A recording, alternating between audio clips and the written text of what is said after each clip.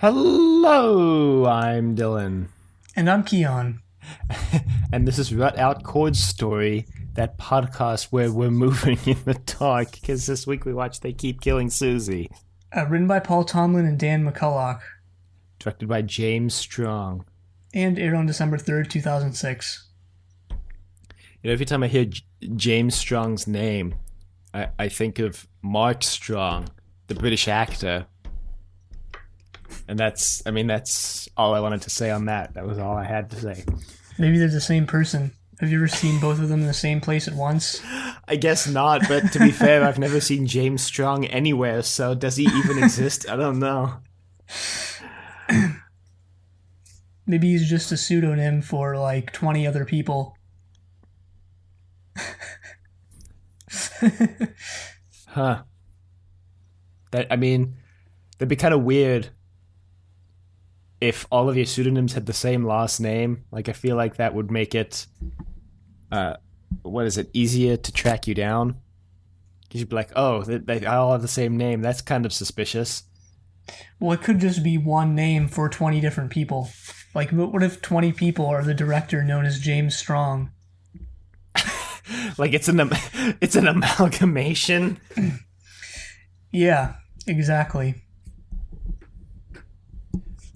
Yeah, I mean, I guess there's nothing right now to disprove that. Even if we've seen a James Strong, the great thing about this theory is that you can't even disprove it with that, because he may just be one of multiple James Strongs. And we've just only, like, one of the James Strongs is just elected to be the media face that everybody sees. Like how there's 15 different Tom Clancy's, and how like Tom Clancy is still publishing books even though he's dead, because there are like a bunch of different Tom Clancy's. I don't know if that's true actually. If they're still publishing books that are like written by Tom Clancy. I mean, they're probably doing the same thing that they are with the Robert Ludlum books, which is they just slap his name really big, and then like in really small font on the front cover they say written by whoever actually wrote it. Yeah. Or they're doing what James Patterson is doing and just not even acknowledging that someone else is writing it, and they're just like, yeah, this is definitely James Patterson. And it's like, but those are ghostwriters. No, it's James Patterson. You want to know how James Patterson pumps out like 3 books a year? It's because other people write those books, and then he just slaps his name on them. Yeah. That's my job, basically. I don't write books, but I write like stuff, and then other people slap their names on it.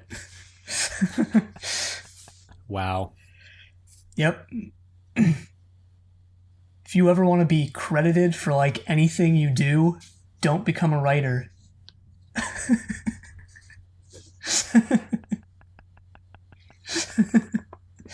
You heard it here first, folks. Straight from the horse's mouth. Anyway, Suzie keeps coming back to life, and we need to deal with this problem, so... Why do we need to deal with this? Because we're here, they keep killing Suzie, and we're here to talk about it, so we need to put an end to this. We need to put an end to these shenanigans. We need to put an end to this tomfoolery known as eternal life. Apparently the name of this episode is a reference to an episode of The Avengers, which is titled They Keep Killing Steed. But in order to preserve the mystery of Suzie just totally eating it and everything changes, they just announced the title originally as They Keep Killing, and that's it. I mean, Torchwood does keep killing, so it's a good title. It's a very apt title. Yeah, I mean... Yeah, Torchwood is like the 4 horsemen of the apocalypse when you really think about it. You know, we always go on about these religious, 7 sins, but, the 4 members of Torchwood are kind of the four horsemen of the apocalypse, right? Wait, like, there's 5 of them. Well, I'm just... You can't leave out Ianto. Ignoring Ianto like everybody in the show does. We don't... Yeah, it's a damn shame that, like, we both knew that when you said 4 members of Torchwood, we both knew that you were leaving out Eonto and not one of the other ones. I mean, that's how you know everybody's on the same page. Yeah. All right, so which one is which then? If we go with this 4 horsemen of the apocalypse thing, like who's death, who's plague? I don't even know what the other ones are, but like Pestilence and shoot, I don't remember the fourth one. Okay, well Jack is obviously death because he can't die. Right? okay. So, okay. Let's see. I've pulled up the Wikipedia page on the 4 horsemen of the apocalypse and I don't see where it tells me what are the 4. Okay, here we go. From the Encyclopedia Britannica. Thank you, Encyclopedia Britannica. The 4 horsemen of the apocalypse, according to the Book of Revelation, appear with the opening of the first 4 of the 7 seals that bring forth the cataclysm of the apocalypse. So the first horseman, a conqueror with a bow and a crown, rides a white horse, which scholars sometimes interpret to symbolize Christ or the Antichrist. Second horseman is given a great sword and rides a red horse, symbolizing war and bloodshed. The third carries a balanced scale, rides a black horse, and symbolizes famine. And the fourth horseman rides a pale horse and is identified as death. Okay, before I go into this, first off, pale horse and white horse, what's the difference? But maybe the pale horse is like albino. and the white horse is what? Just white? Yeah. All right. Well, all right. So Jack is death. Yeah, that's okay. Okay, so Jack is death. I guess Ian. Ian, not Ian. Owen. Ian? Owen would be war, I guess. Owen examines the prince. All right, whatever. Okay, wait. So which one is Owen? War, I guess, because he's the wild card. Okay, Owen, yeah, Owen's the wild card. Gwen is the Christ or the Antichrist because she is like the main character, and I guess Tosh can be famine. So that's this the one. Process of elimination. She's famine. That one doesn't really fit, but the other 3 are like plausible, myth plausible. Nah. Yeah. All right. I buy it. Apparently, this episode was commissioned as like a backup. Russell T commissioned it and was like, "We'll use it if we ever need to fill in a spot. Like if we don't have a script that comes in on time, or if we don't have enough episodes." But then apparently, he was so impressed that he was like, "We're going to use it. We're going to do it." And yep. And that's all the production information that I found this week. A lot more than last week, to be fair. Yeah, I'm glad they did end up using it. I think this is my favorite episode so far. I think it's up there. I don't know if it's my favorite, but it's definitely in the top, 3 of 8. Yeah, it's pretty good. I mean, it kind of ties everything together back to the first episode, so I thought that was... Yeah, could it... Yeah, go ahead. No, that's the end of my sentence. Oh. Yeah, it kind of felt season finale-ish in a way. I'm eager to see what they have up their sleeves for the actual season finale, if this isn't, like, what is being shown in the middle of the season. Yeah, that's true. Like, how are they going to go even bigger or even more, kind of tying together the season's plot threads than this? How are they going to do that? I guess we'll find out. Yeah, they're going to bring back the Weevils, or, like, not bring back, but they're going to incorporate the Weevils somehow. If they don't, I'll do something embarrassing, I guess. It's gonna happen. What? I don't like this mysterious implication where you're just like, I'll do something embarrassing, and it's like, Well, I don't really, I didn't think of this until just now, so I don't know what I'll do. I'm not going to eat a hat, but, I don't know. I'll do something. You could fry the hat up in some olive oil, saute it a little bit with some veggies. I don't know. We can make hats tasty. Well, I guess we should just jump into the plot of this episode then. Yeah. Alright. It starts with a police investigation, and Torchwood just pulls up with the Torchwood theme blaring. They're blaring the Torchwood theme instead of a siren.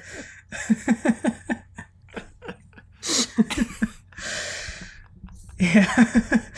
That would be the weirdest thing, is if, like, in a later season, it's revealed that the Torchwood theme actually exists in the universe, and it's what Torchwood like uses instead of a siren when they're on the job or whatever.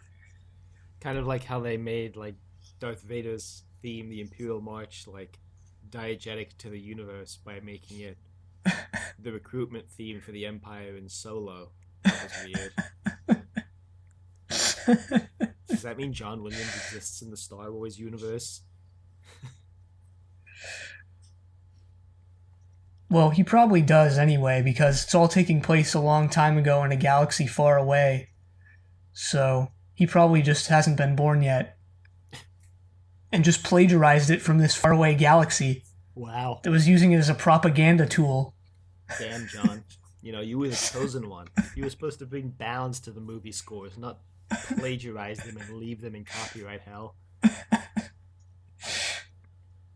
Well, so we also get like a flashback right before the police investigation, kind of summarizing some of the events from Everything Changes regarding Suzie, since that was the only time we ever saw Suzie ever.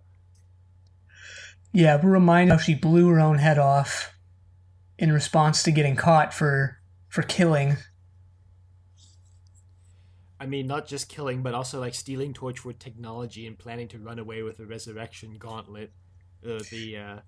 Shoot, what does Ianto name it? The Risen Mitten. Oh yeah, the Risen Mitten. It doesn't even like really make sense, but whatever. We're not here to judge. They needed it to rhyme so that Jack could have that cool line later where he's like, Risen Mitten, Life Knife, it doesn't even really. Gun. Yeah, Risen Mitten isn't even like a full rhyme. You know, it's not even a real rhyme. Slant rhyme is real rhyme. Slant rhyme is a valid rhyme. Yeah, and that's not all Suzie was planning. As we learn in this episode, she had more nefarious schemes up her sleeve. Yeah. She's yeah, I've got things to say about that. But I guess we'll get there eventually at some point later in like 20 minutes. Yeah. So apparently they've got a murder. They're called to the scene of a murder because somebody has written Torchwood on the wall. Right, and Swanson, who's in charge of the police investigation here, I guess called them in. They go into the cleanest room you can possibly imagine, except for all the blood. Yeah, except for all of the, I don't know, murdered bodies. And yeah, they see their name written in blood on the wall. Swanson tells Jack that as far as she's concerned, he did this because Torchwood has not been very subtle in pissing off aliens. and humans, apparently. And other humans. Yeah, there's that line later where Owen goes, so this could be done by anyone who we've, like, pissed off in the past. That leaves us with about 5 million suspects, and Jack goes, and that's only counting the humans. You kind of have to wonder how many aliens Torchwood has actually encountered over the course of their investigations, because we've only seen them encountering weevils and the fairies, right? Like, everything else has really been alien technology, but no real aliens, right? Yeah, there was the gas. That counts. Oh, okay, I guess there's the sex gas. Yeah, they have been dealing with a lot of humans, actually. Way more than in Doctor Who. I guess, I mean, it's kind of a victim of the setting of the show, right? Yeah, I'm not like disappointed by it or anything. Yeah, no, I think it's interesting. I was gonna say it's kind of like the, when when they stranded the Doctor on Earth during the third Doctor's era, and then they're like, ah, shoot, like this means we can't really deal with that many aliens, and then just like they had to just go with the fact that I guess Earth was getting invaded every other week. Yeah, they did that to save budget, like without thinking that, without realizing that the entire format of the show depended on these aliens every week. I mean, this is the thing. Like you can, like I can't imagine them doing that in the show now. Like I can't imagine them doing something so risky now because it was risky. Because again, yeah, like you said, they didn't really consider that the entire format of the show depended on the aliens. It's hard to imagine them doing something so out there now. And, I have nothing more to say on that except that, it's kind of hard to imagine. Imagine Jodie Whittaker stuck in Sheffield for a whole season. Yeah, that is kind of hard to imagine. Especially because now they have to do like 13 stories instead of 4. Fewer episodes, but like less. Fewer episodes, but more stories. Yeah, yeah.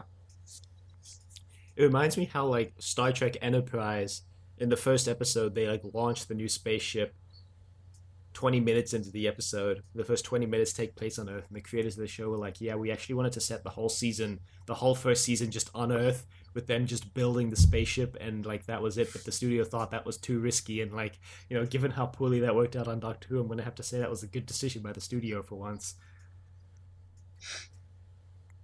I mean, yeah, sounds kind of boring. An entire season of just building a spaceship.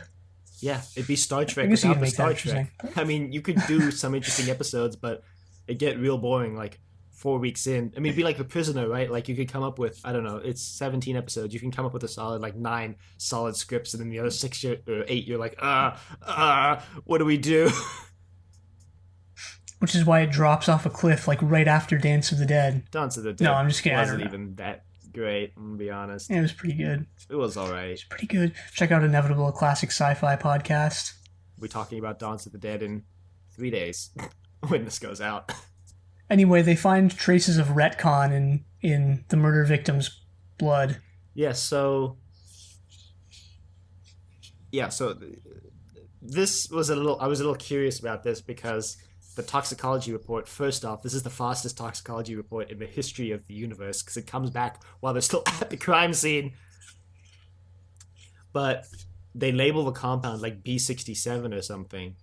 And I guess Torchwood just uses the exact same internal compound numbering scheme that the police department does because this is how they identified it as retcon because it's like B67 or whatever. And I was just like, I guess they use the exact same identification system. I don't remember the name of this. It's like B something. No, but like we heard of this before. Retcon? Yeah, but I didn't remember the name of it. It was the drug that Jack gave Gwen. Yeah, the drug that he roofied Gwen with. Yeah, but I don't think they gave us the name of it at that time. I remember it being called Retcon. Yeah. Well, it's back with a vengeance. Yeah, because the murderer also has retcon in his system because they find like some of his hair on the crime scene, or what they assume is his hair because it's not either of the two victims. So they're like, well, it must be the murderers, which like solid police work there. That just guess that turns out to be right. Look, Torchwood is outside the government and beyond the police, so. All right. All right. Anyway, they decide to use the glove from Everything Changes to question the victims and find out what's really going on here. I guess because they're so desperate to find out which former Torchwood encounter they're dealing with here. So they awaken one of the guys, and he's not very cooperative, not very helpful. Oh, and we should mention that Gwen offers to use the glove. We find out that Suzie was like or are reminded, I don't even remember if we knew this from before, but Suzie was practicing with the glove, and she got up to like 2 minutes of resurrection time after a lot of practice. But Gwen is obviously a natural because she gets up to like a minute on her first time or whatever. Yeah, we were told in Everything Changes that Susie um, was the best of all of them at using the gauntlet for whatever reason. Uh, Jack tries to use it first and fails. And later on, I realized, like, also later on, we have this reveal that the glove drains the life force of the user to bring the person back to life. And I was like, is that why Jack can't use it? Like, tying into the thing last week where Toshiko was like, trying to read your mind, was like trying to read the mind of a dead man. Like, does Jack not have a life force for the glove to drain, and that's why he can't use it? Like, whoa. Yeah. Yep. That seems pretty clear to me that like that's what that was. So here's my Amazon X-ray fun fact of the week. Right here at the beginning of the episode, Amazon's X-ray is like really dropping the ball on these latest episodes. So while they were filming this scene, so in the scene, Jack goes, okay, maximum resurrection time, when he tries to resurrect the first victim, and he fails. Apparently, in one of the takes when they did this, John Barrowman accidentally said, okay, maximum erection time. And apparently everyone on set started dying of laughter. And that's it. They just started dying of laughter, and they had to wait for everybody to calm down from John Barrowman's Freudian slip before they could film the next take. And thanks, Amazon. That was your fun fact for the week. Yeah, I have no comment towards that. You have no comment on maximum erection time? Wow, what a shock.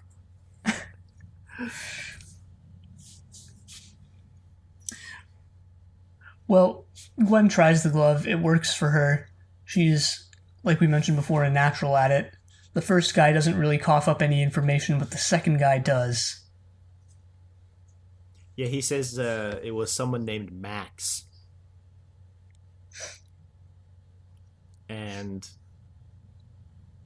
they're asking him for the last name, and the guy's like, I don't know, I want my mom. I was like, oh, are you my mummy? Is this a crossover with Doctor Who now? His face transformed into a gas mask, and that was the episode that introduced us to Captain Jack. Yeah, true.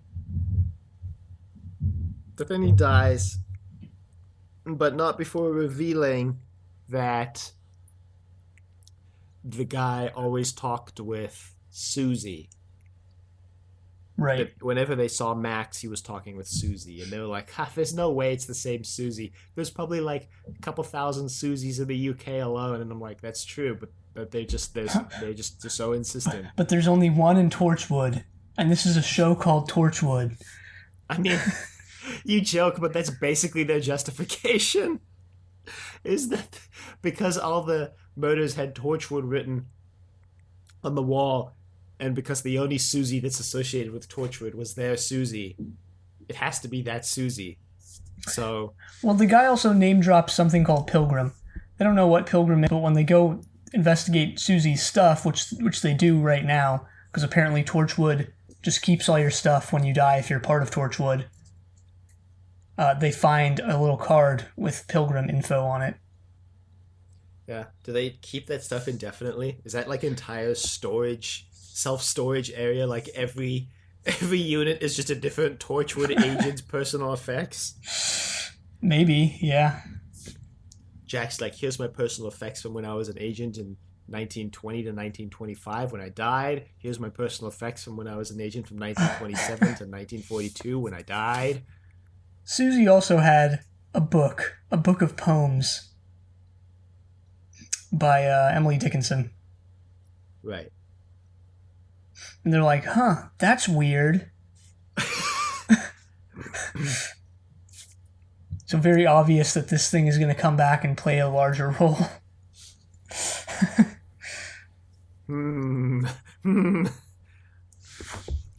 They decide to resurrect Suzie.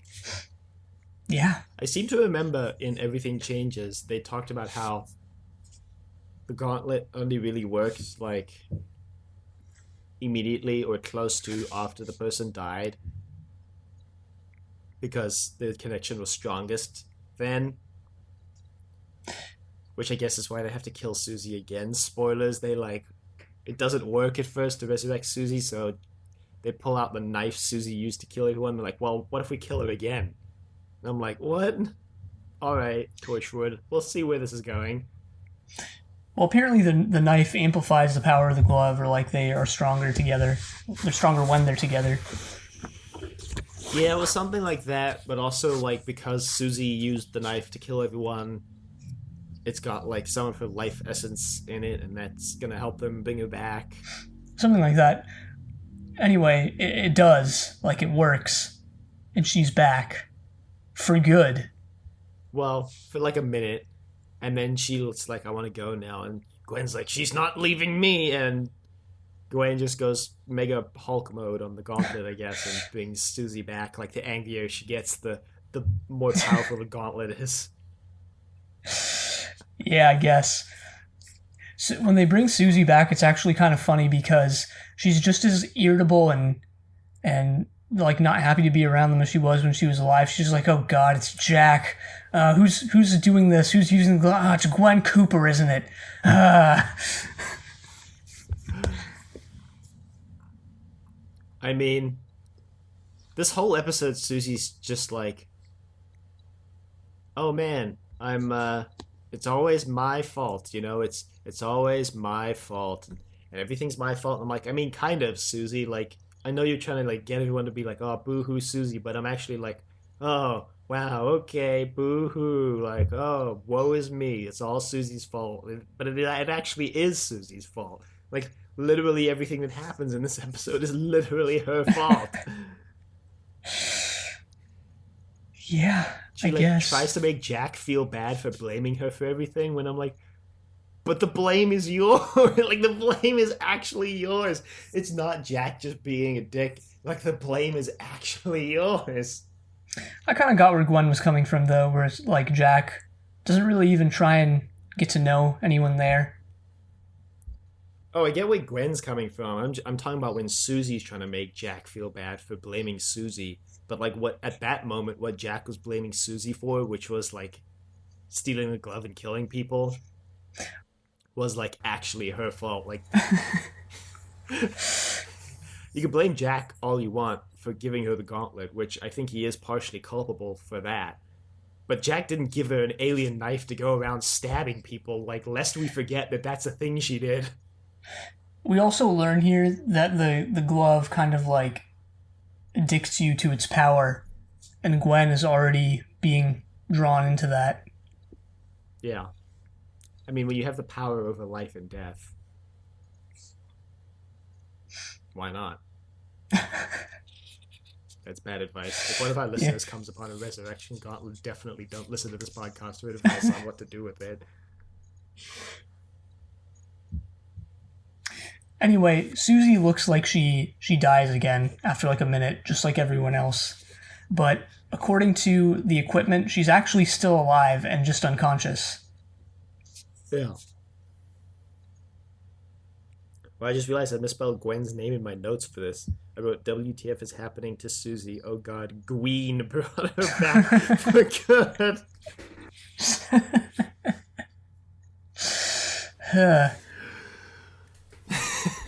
The all-powerful Gween. Oh my God. Gween and the Green Knight. Yeah, so this is where Suzie tries to blame Jack. She's like, you started all of this, Jack. And I'm like, no, he literally didn't. Like, you took a knife and you started stabbing people. Okay, he gave you the gauntlet later. But again, let's not forget that all those people they were resurrecting, she killed. He kind of put it into motion, and Suzie even mentions this. She's like, "It's your fault, Jack. You hired me." Okay, that's like oh, okay. All right. But I was like, okay, but Jack hires everyone. I love that, like, that as an explanation / excuse too, because it's like, yeah, I'm a murderer and I have these murderous tendencies, and you didn't see that and you hired me, so it's your fault. Yeah. Yeah. But what I really like that they did throughout this episode, and I'm about to spoil the episode prematurely, Oh boy. is that when Suzie is first resurrected, you can see the wound on her chin and on her head, on her scalp, and and her face is also like pretty pale as well. And as the episode, moves on, the wound starts to heal and she starts to, look more alive again. Because she's draining Gwen's life force. They start interrogating her. And she reveals some pretty interesting stuff. So apparently she knew Max and had been slipping him retcon for like 2 years because she wanted someone to talk to about Torchwood stuff who wasn't in Torchwood. Yeah, because she didn't feel like she could talk to her team, I guess, because they were all embedded in this lifestyle. So, and plus they didn't really talk to her, which is something that we know the team is want to do because they didn't, talk to Ianto either. And no one ever asked Toshi anything. Damn, now that Sergeant Drano has pointed out that everyone calls her Tasha Toshiko. Yeah, feeling really self-aware about calling her Toshi now. Like, yeah. Well, I'll probably just stop. I'll just start calling her Tosh, I guess. I swear they called her Toshi at least once or twice in one of the early episodes. I could swear that was a thing that happened. Meh. Well, whatever. Yeah, Torchwood is not the closest knit team. Susie's also very heavily implied to have like a pretty big inferiority complex. Yeah.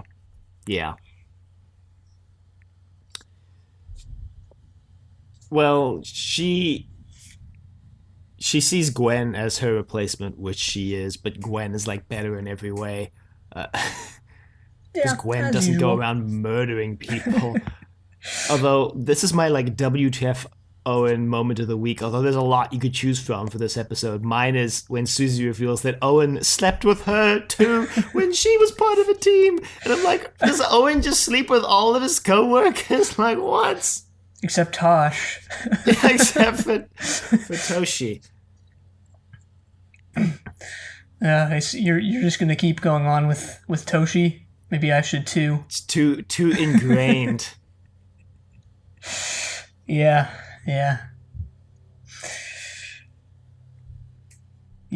I didn't actually think there were many WTF Owen moments. In fact, I didn't have any, and I guess this is definitely one, but I didn't even consider this one when we were watching for some reason.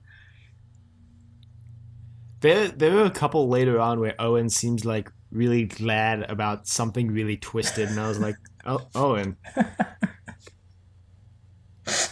There's also like when Susie locked them all in, Owen goes, I'm kind of impressed. I'm like, Owen.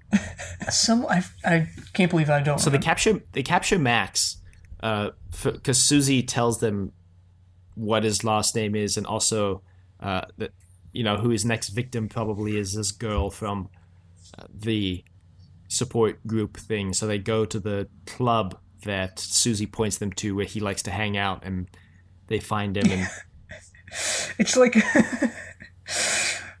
post-hardcore like club, like I didn't expect that music when they're like, yeah, he goes to this club a lot. I was like, okay, they're gonna be playing like dance music, and you go and they're like playing like the most 2007 like music imaginable.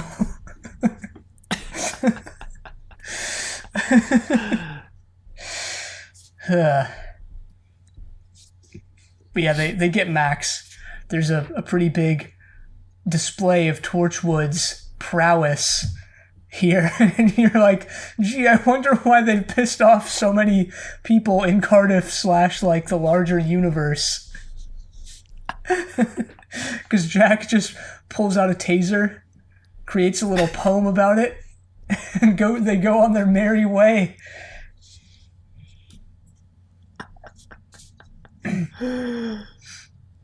Uh, they go back.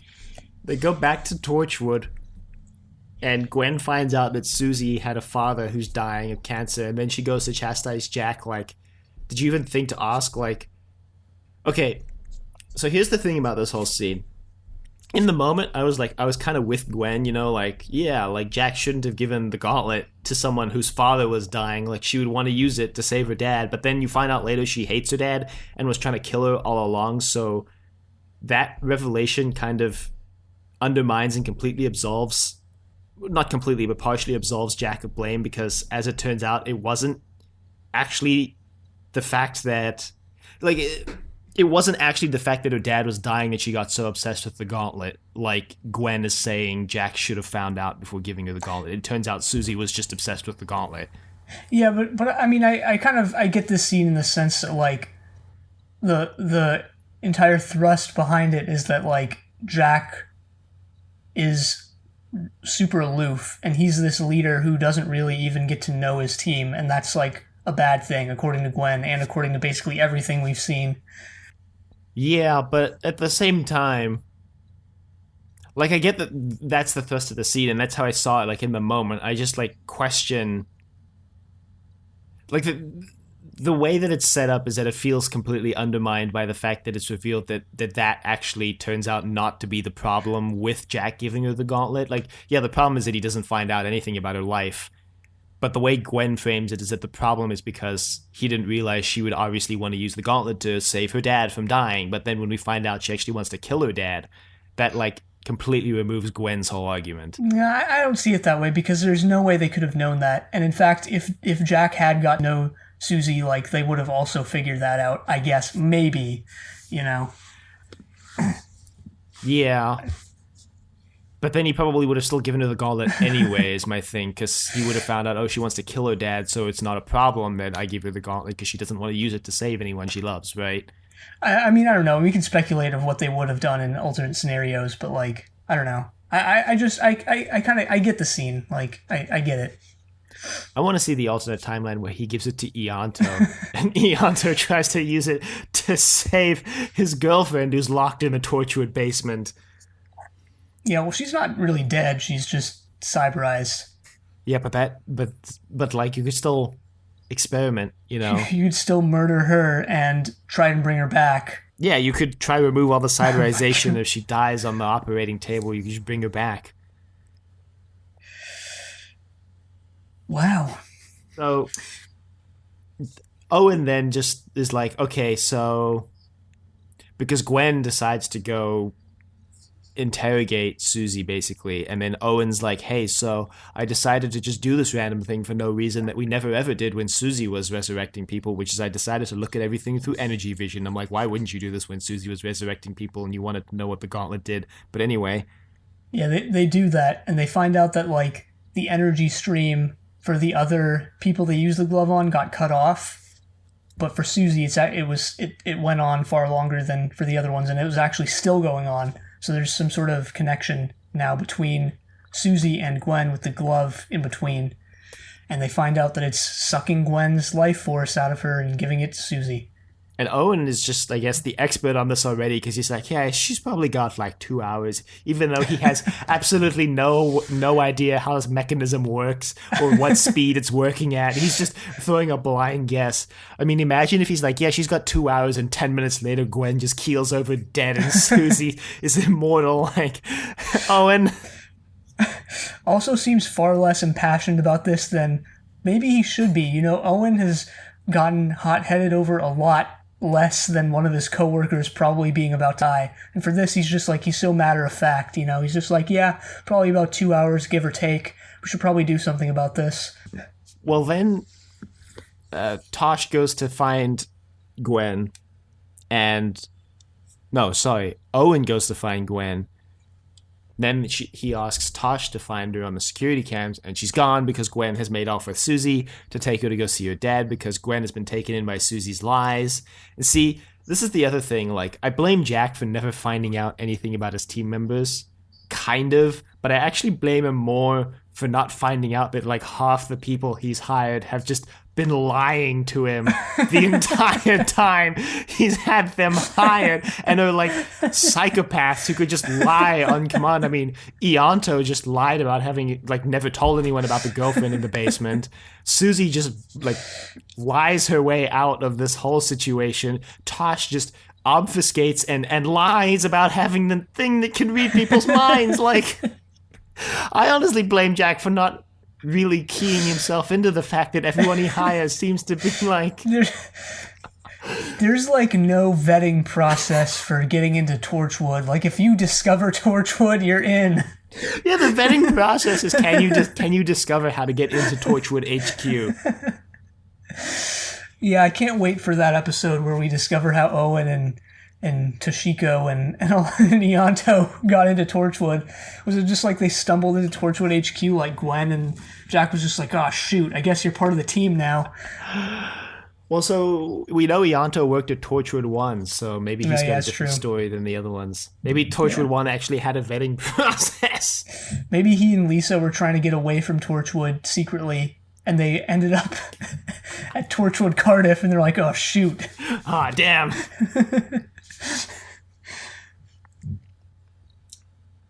So anyway, yeah, Gwen and Suzie are driving through the night, and this is probably the best scene in the episode, I think. Yeah, Susie's throwing all sorts of cryptic comments Gwen's way, and you're like, Suzie, what you saying? Gwen is really curious about what happens after you die, and you can tell that she's been suppressing her desire to ask this question, and now that they're alone, she's just letting it out. She reveals that she's somewhat religious, which, if all the sins she's committed are any indication, you know, I don't know about that, Gwen. I don't know. She's gonna need to go to communion. Or, you mean, confession? Yeah. Susie's like, all right, brace yourself, Gwen. You might want to sit down for this. Which is, you know, it's good. She's already sitting. She's driving. She's in the car. It's not one of those standing cars. Have you seen those? Wait, what? Yeah, you've never seen the standing car? No. No, it's probably because they don't exist as far as I know. You just... Wow. Yeah, you know, you want people who can lie straight-faced and through their teeth. Sign me up for Torchwood. That's been my, like, one talent in life since I was a kid. I did Google standing car, and I did find... Yeah, I'm sure there's something like that. I did find a concept. I found an article entitled "Standing Room Only in this electric... in this tiny ride-sharing electric car idea." Well, I'll chuck that in the show notes. I'm sure Da Vinci came up with this before anyone else, even before it was a blip on anyone else's radar. You know, we talked about on Inevitable Classic Sci-Fi podcast how the helicopter was invented in the early 1900s, but really, you know, there were sketches of this from Da Vinci and whoever he stole it from and whoever they stole it from and whoever they stole it from for a long time, you know? I remember someone a couple of years back trying to make Da Vinci's helicopter, right? Trying to make it from his designs and it not working very well. Yeah, well, I mean, that's the whole thing of when you look up Da Vinci's sketches, it's yeah, these would have worked if they had more than just wood and metal to work with. I mean, his real genius was understanding the physics without being able to do it physically. But even still, that can only get you so far in designing things. At some point, you just got to do it. Anyway, Suzie tells Gwen that there's nothing after death, and I was like, hey, this scene is actually really cool because there's a whole nother layer added to this 10 years later when we meet Missy, because she reveals, or we find out in that episode, that she's been taking people after they die to the quote afterlife unquote. So I'm like, man, I wonder how that fits in with this, because in that episode the doctor reveals that Missy's probably been doing it for like a couple hundred years on Earth, stealing people, taking them to the Nethersphere, and uploading them to be cyberized. And that means that Suzie probably, like, after she died, got taken to the Nethersphere too. But she got really lucky because in that episode it was like, if you destroy the body, you destroy the soul too. And that, like, totally ties in with this too, because they need the body to be intact to be able to resurrect them. And I was like, damn, wow, so many layers here now. All right, I guess. Sure. And it's just like, maybe part of the reason why they even can be resurrected is because their minds are, like, in the Nethersphere, in Missy's, like, Matrix slice that she's keeping at the Chapelet funeral home. Like, maybe the Resurrection Club is part of the same tech, and is just, like, drawing their minds out of the Nethersphere. Like, I don't know. I think it's cool that this whole layer was added like 10 years later, unintentionally. Because obviously when this was written, they had no idea that Stephen Moffat was going to do any of that.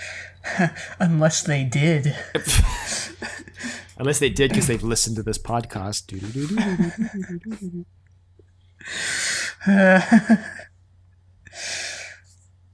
Yeah, I mean, I guess that's pretty interesting. I didn't think of any of that while watching it. And, yeah. Doesn't necessarily have, like, a real bearing on what's here, but yeah, I guess it's cool.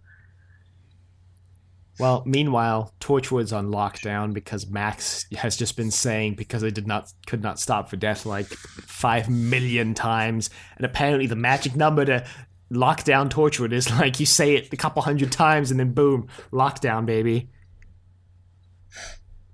Yeah, so this is when Jack pieces together what's going on. It's all been a part of Susie's elaborate plan to resurrect herself. Yep. Because she knew that they would resurrect her, that they would investigate, that all this would happen. Max was the psychic trigger or whatever they call him. And now she's going to do whatever she's, does, whatever you do when you get resurrected. Which I guess go kill your father. Yeah, go kill your dad, who's already dying from cancer. Throughout all of this, we're getting more info. Gwen is like, so man, like once you die, you're just totally alone. There's just nothing. And Susie's like, I didn't say you were alone. There's something out there in the dark, moving. This was really creepy to me. I really liked this description of the afterlife. Yeah. Reminded me of and I know I've mentioned this writer before, so like what doesn't remind me of this, but like Julio Cortázar, or Cortázar, I guess is how you pronounce his name, who's become one of my favorite writers, I guess, in the past, I don't know, couple months. He has this story called Headache, which is one of the best short stories I've ever read in my life. And I don't know, there's something about that story that kind of mirrors what Suzie is describing here in a way. Yeah. If you want to read a pretty cool short story, check that out. I'll put it in the show notes. Slap that bad boy in the show notes. Yeah. It's sort of about, I can't even describe it. There's no way that I could possibly describe what that story is about because it's so damn weird.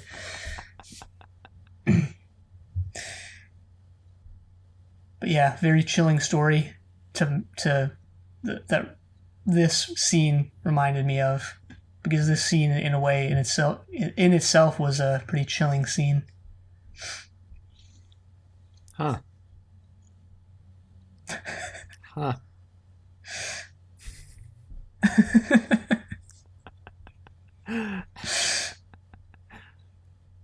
Nice, I guess. That's what Gwen says. Suzie goes on this whole spiel about like, there's nothing. But you're not alone. There's something moving in the dark. And Gwen just goes, huh? Nice. Hell yeah. No, I don't know. So they get to the hospital. Yeah. And they're granted an audience with Susie's dad. And this is when Gwen starts to really feel the effects of the glove. Her head is just bleeding. Susie's like, sorry, Gwen, but you're being shot through the head slowly. She keels over in pain. Suzie takes one look at her dad. She's like, "Wake up, Dad. Wake up." And he does. He looks at her, and he gives her like an "oh no" face for a second, and then she just takes him off life support. Yeah, and then just kills him. Yeah, we never really find out what caused her to do this. She calls him a bastard, or bitch, something like that. Yeah. I guess there's some more there that we don't hear. Yeah, there's obviously some history between them. Well, I mean, I guess that's obvious because they're a parent and child, so there has to be some history between them, but well, not necessarily, I guess, but like, yeah, there's more we don't know, and we never really get enough to put our finger on like what exactly this is all about. But I guess it doesn't need to. I mean, we don't need to. Yeah. We don't really need to know. I mean, I don't think it's important that we know, right? Nah. What is important, though, is that now Susie's going to try and flee the country. She takes Gwen with her. They go to this, like, seaside town. Yeah, meanwhile, Jack and the gang are still trapped, and they call the police chief lady. Swanson, because they're like, we need help. Find a book of Emily Dickinson's poems. Apparently, well, so okay, hang on. They get the book, and they start reading poems out of it because they figure, well, if one of the poems turned on the lockdown, maybe one of them will turn it off. It doesn't work, but then Tosh comes up with the most like what idea in existence, where she's like, all right, well, if words activated the lockdown, maybe numbers will deactivate it. What's the ISBN of that book? And I'm like, that's such a long shot, first off, that the numbers would deactivate it, right? But putting that aside, let's assume the numbers do deactivate it. It's such a long shot that the police chief got the exact same copy of Emily Dickinson's poems that Suzie had in her storage unit. Well, visually, like, we see that she does, but, like, yeah, I get what you're saying. and then also, here's a fun fact. Apparently the ISBN they actually read out is not actually the ISBN for a book of poems from Emily Dickinson. It's the ISBN for the Oxford Dictionary of Quotations. Nice. Also, they say in the episode that the book cost 20 quid, which is like $40 for that book? Are you serious? Poetryfoundation.org. Come on, they're all free. Okay, this was 2006. I'm sure Emily Dickinson's poems were online by 2006. Yeah, but the like global interconnectivity of the internet wasn't as easy to use nor as understood in 2006 as it is in 2020. Yeah, it probably was easier to just go down to the local bookstore and get the book. They'll just write it off as a business expense. Yeah, I'm not surprised that they didn't think of it either in the show or the writers because, yeah, again, it was 2006. 2006. Like, yeah, within the universe, it's like, yeah, all right, you could probably just Google the poem, but yeah, it's such a weird thing that like this whole numbers thing works out, or that this is what they kind of went for. I don't know. I feel like if it was me, behind the scenes writing this, I would just have the keyword be like another one of Dickinson's poems that has something to do thematically with this episode. Like, it would have never gone for the numbers thing. Yeah, I would have just gone for another poem too. It would have been like, well, just picking. Emily Dickinson's got like so many She's poems. Like 1,000, I'm sure you could find literally 1,000 poems. Yeah, I'm sure you could find another one that like is relevant to the story that you could use to deactivate the thing. But whatever, the ISBN works somehow. Yeah, and they use the most famous one, the one everyone's read 1,000,000 times. Great. I mean, why not? Like, why not? Nothing wrong with that.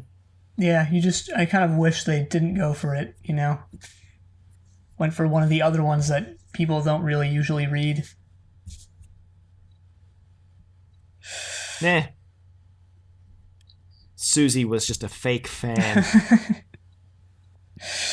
But also, like, it's relevant because it's literally because they could not stop for death and she's coming back to life. Like, it's thematically appropriate.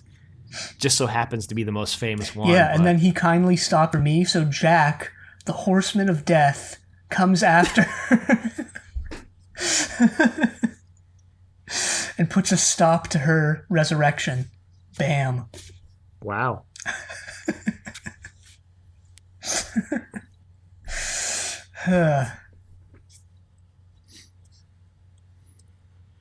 So they get to the dock right as Gwen keels over and dies.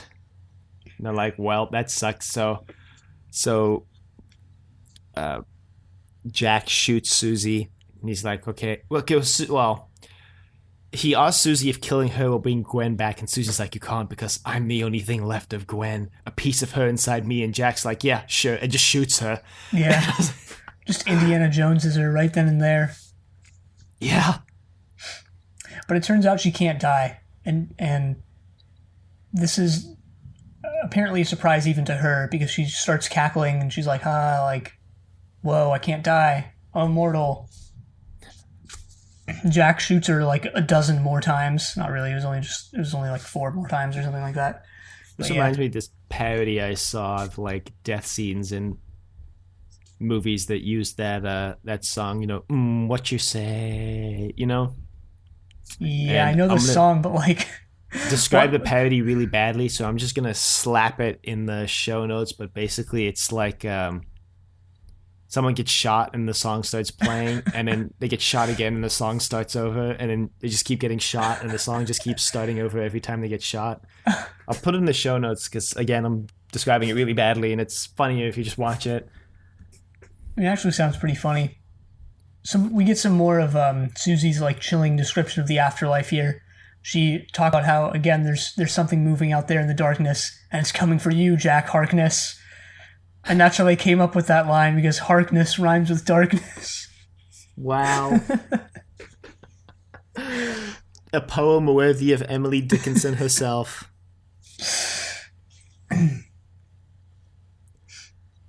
But then Jack realizes the gauntlet is what's keeping the connection alive, so he tells Tosh and Ianto to destroy it. And then Ianto throws a gun to Tosh, which is like workplace safety to Ianto. And then this weak as hell freaking alien gauntlet just gets blown to smithereens by a single bullet. The Brigadier watching this, like, shaking his fist.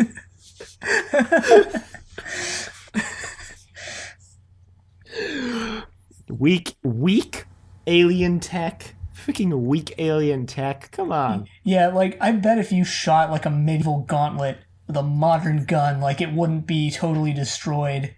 You know? Yeah, this is weaker than actual medieval gauntlets.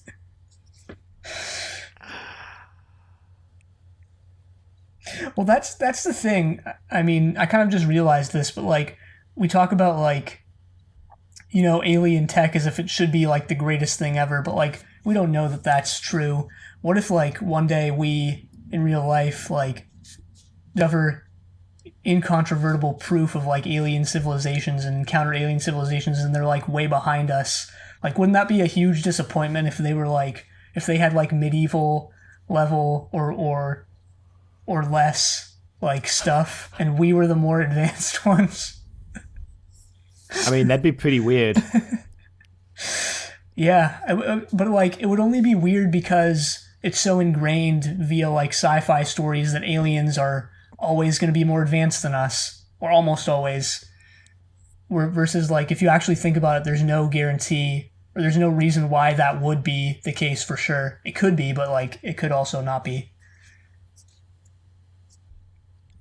Yeah, but I guess the assumption is always that we don't have the technology to, like, explore other planets, so the assumption is that if we ever find aliens, they would have to come to us instead of the other way around, and if they came to us, they'd have to be more technologically advanced than us, right? Yeah, I guess. So that works. Suzie dies again. And then they go back and everything is happy. And by everything's happy, I mean just Ianto is just flirting with Jack now. Just Ianto's just... Is that what that was? I kind of thought that that's what that was, but I wasn't sure. That's what I kind of feel like it is. Yeah, we get a little snippet of Gwen being fully healed, basically, and kind of laughing at something we don't hear with Toshi and Owen. And then Ianto cryptically drops the not the fact, but like the idea that there's probably another glove out there because gloves come in pairs. Yeah, and Jack's just like, what? What? He's like, yeah, he's got a point.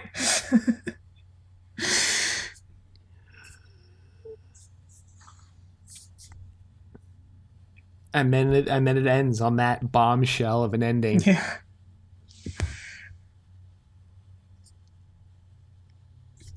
Yeah. And that's that. Yeah. Probably the best episode of Torchwood, I would say. I really liked the mystery that they set up, how we're not given, how we're like, we go through the episode almost in a non-linear manner, where it's like we're a part of Susie's plan. Like all this was a part of Susie's plan and we didn't realize it till the end. Mm-hmm. I like the conversation in the car. I felt it was very cryptic and horror-ish. With the something moving in the afterlife or in the darkness or whatever she says. Yeah, this whole episode is very atmospheric and just well done, really. I think it's really well done anyway. Definitely in my top 3. I don't know if it's my favorite. But I liked it. Suzie, I have notes here that basically Susie's just like Moriarty, just coming up with this insane multi-stage plan that continues after her death.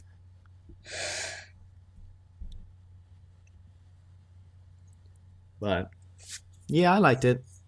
I'm curious to see what the kind of, or where the implication that something's coming for Jack out of the darkness is gonna go. What they're gonna do with that, and how the whole thing's gonna tie together. Yeah, I almost hope they don't do anything with it, because whatever they do is not going to live up to how it was presented in this episode as like this mysterious, enigmatic, shadowy thing. And that's why it's cool. That's why it's creepy. Is like, it is because of that. And whatever they do with it is not going to capture that. Possibly. I guess we'll just have to see what they do with it, I guess, yeah, right? If anything. If anything, yeah. Suzie also quotes another poem as she's dying. She quotes, "Oh, Captain, my Captain."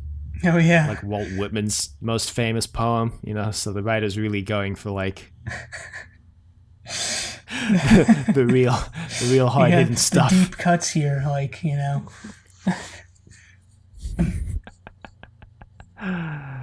Deep cuts on deep cuts in the Torchwood universe, into the poetry of Earth. I reread Emily Dickinson's poem because I could not stop for death because of this episode. And I noticed a bunch of slant rhymes. Not slant rhymes. I forget what it's called, but words that look like they should rhyme, but they don't. Like when you're reading it. I have no idea what that's called. Yeah, I don't either. It's like I rhymes or something. But like, yeah, the poem actually creates like this very uncomfortable effect where like if you were to read it out loud, it would somehow feel off, because like you'd get to what in your mind probably should rhyme, but like then when you read it out loud it doesn't. Mm-hmm.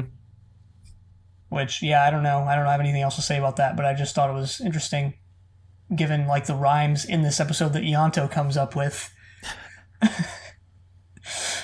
Hey man, don't hate on Ianto's rhymes. What if Ianto was like a rapper in a past life? That's how he got recruited to Torchwood. Maybe the rhymes that aren't really rhymes in the poem create like the same uncomfortable effect as like Suzie coming back to life. Like something's off here, like something's wrong and you can tell. I don't know. But what I do know is that Gwen, as always, sins in this episode. Yes, the age-old, the one irrevocable truth of Torchwood is that Gwen sins. Yep, so this week I had her as committing both anger and pride.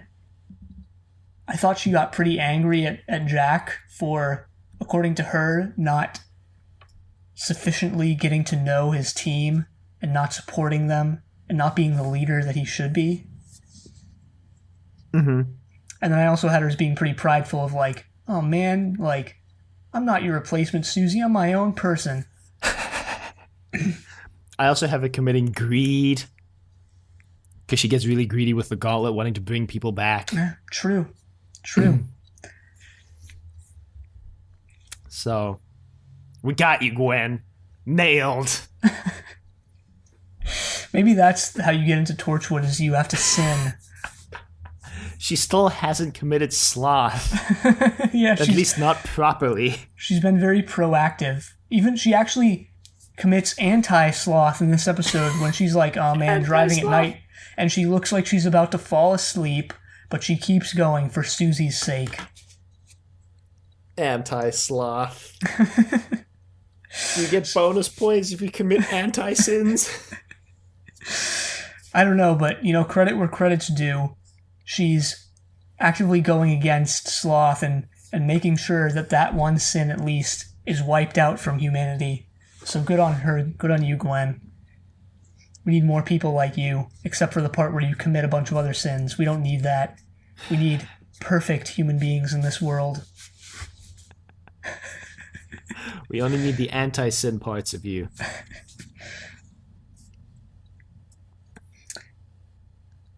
Anyway, I didn't have too many people for the actors this week. I really only had Yasmin Bannerman, who played Swanson. Yeah, me too, actually. Because we've already talked about Suzie and everything changes, so... Yep. Apparently Yasmin Bannerman now plays Dana in Blake 7. Yeah, for the Big Finish audios. Yeah, I didn't realize that until IMDb, or it wasn't IMDb, I think it was either Wikipedia or the TARDIS Wiki, revealed that, and I was like, whoa, like, yeah, she is on the cover of all those Blake 7 audios.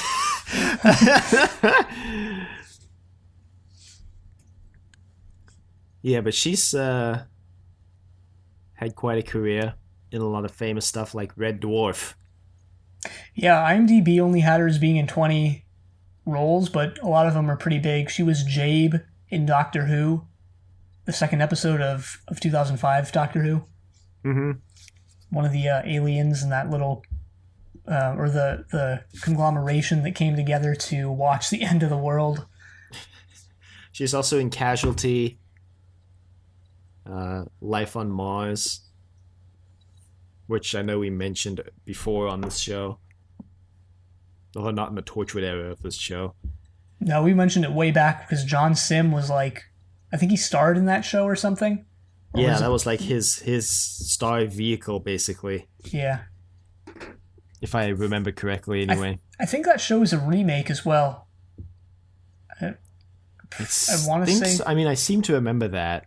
Yeah, I think there was another Life on Mars from some previous bygone era. Bygone era.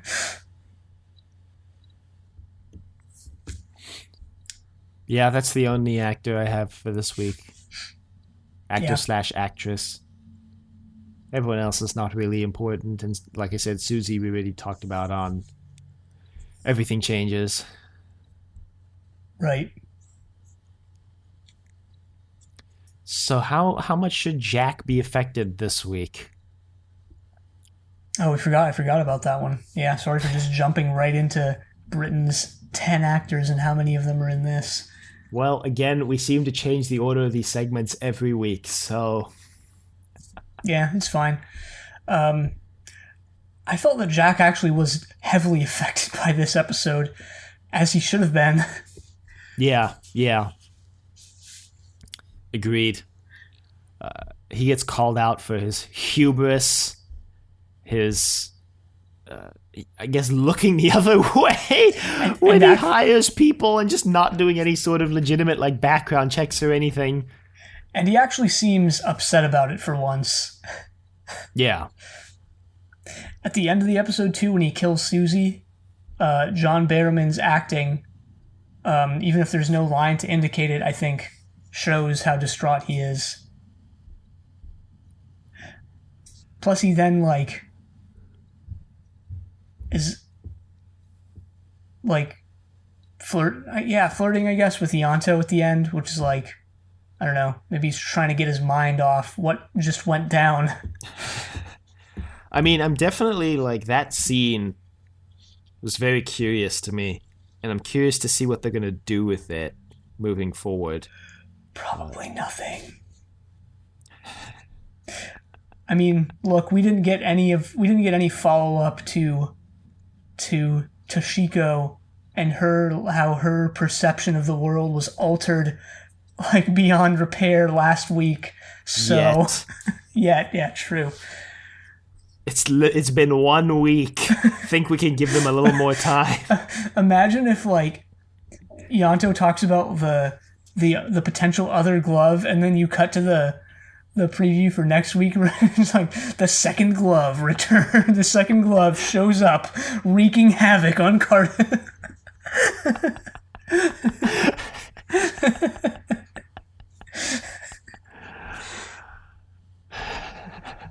Yeah, somehow I don't think that is what happens. No, neither do I.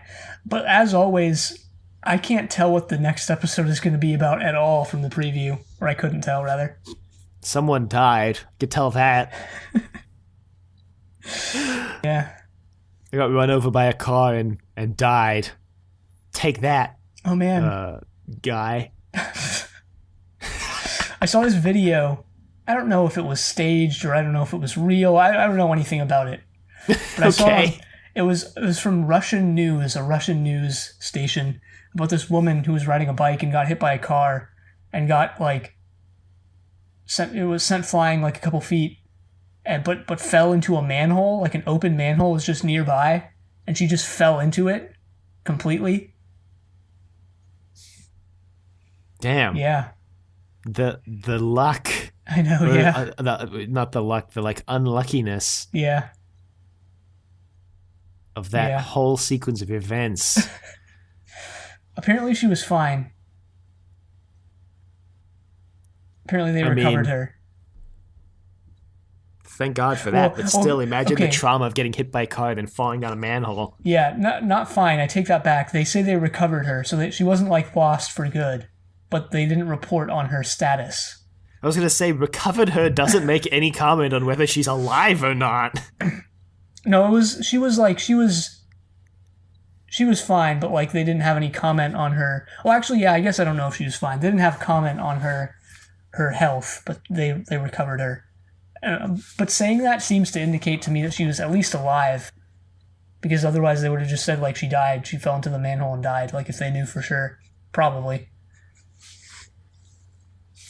Then again, I don't know, like, the reporting standards of other countries. I know I've mentioned this before, but, like, when I went to the one time, like, not one time, but, like, anytime I've been in the UK and watched the news there, it's been, like, culture shock, because the news, how they report the news over there is so, like, fundamentally different from how it is here. So, I don't know.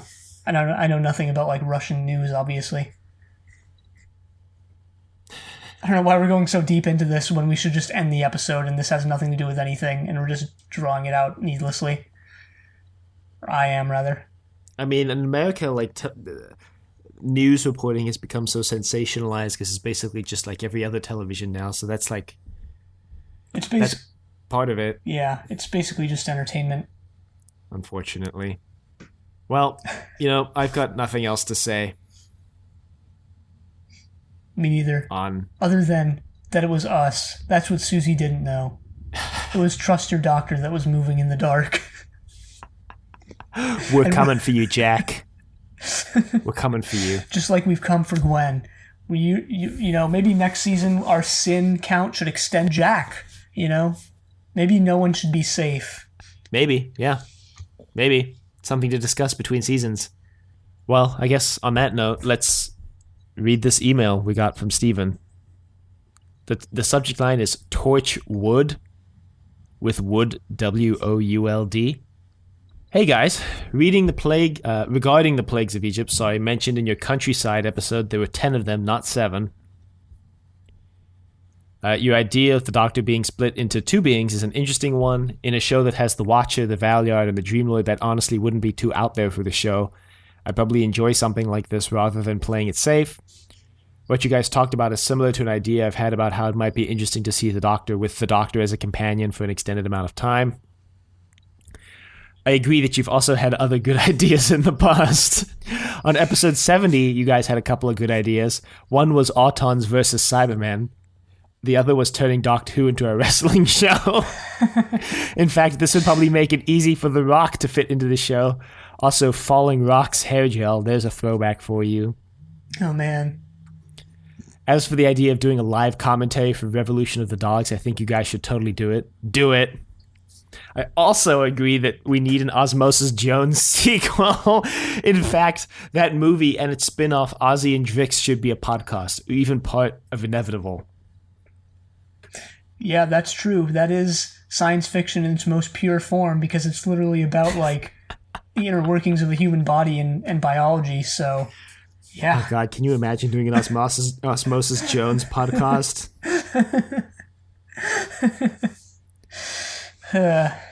Weirdly, okay, this paragraph was like, Weirdly, at the end of episode 86, you said you'd take over the world with a virus you developed.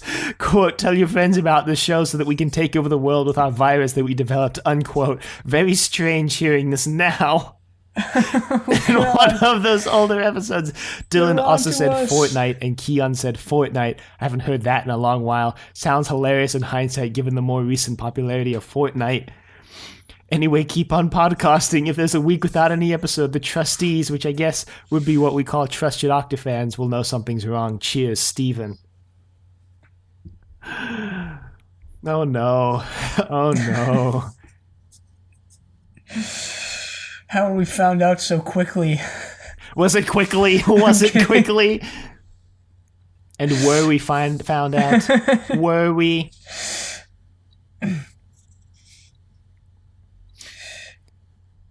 Yeah, so thanks for that trip down memory lane, Stephen. Yeah. I totally forgot about all those assertions that we made. I've forgotten basically anything we've said on this show pre-episode 300, essentially. Yeah, me too. Anything before the Torchwood era feels like 50 years ago. There could be all sorts of crazy assertions in there that I just don't even remember making, like at all. I mean, I remember like more of Doctor Who from that era than I do from our show, which is wild. I was actually thinking about that recently. Like, there's so much of classic Who. More than half, I would say, that is just totally gone from my memory, that I just have no memory of. Because we watched it so quickly and the episodes so close to one another. I mean, it wasn't that quick. It took, 3.5 years to get through Classic Who. But, we just did it nonstop, so... Yeah, we just kept going and going and going. It was like we never had a moment to process a lot of what we had watched. Yeah, and technically we're still doing that. We're still in that continuum that we started. We haven't really taken a break. The cycle will never be broken. Will the circle be unbroken? There's a hymn for you, tying into this whole weird Christian theme we've adopted for the Torchwood era. Well, now I'm officially out of things to say for Torchwood for the week. Same. But if there's anyone who would like to reach out, you can email us at thedoctor@decorativevegetable.com. Questions, comments, concerns, angry rants, love letters, your thoughts on They Keep Killing Suzie. You can find us on YouTube at Decorative Vegetable. You can find us on Apple Podcasts, Google Play, Spotify, and Stitcher, all at Trust Your Doctor. Be sure to leave a rating if you like the show. Check us out on Facebook, Trust Your Doctor. Like us on Facebook. Also check us out on Twitter, TYD Podcast, and follow us on Twitter. And next time, we're going to be watching Random Shoes. But until then, the end.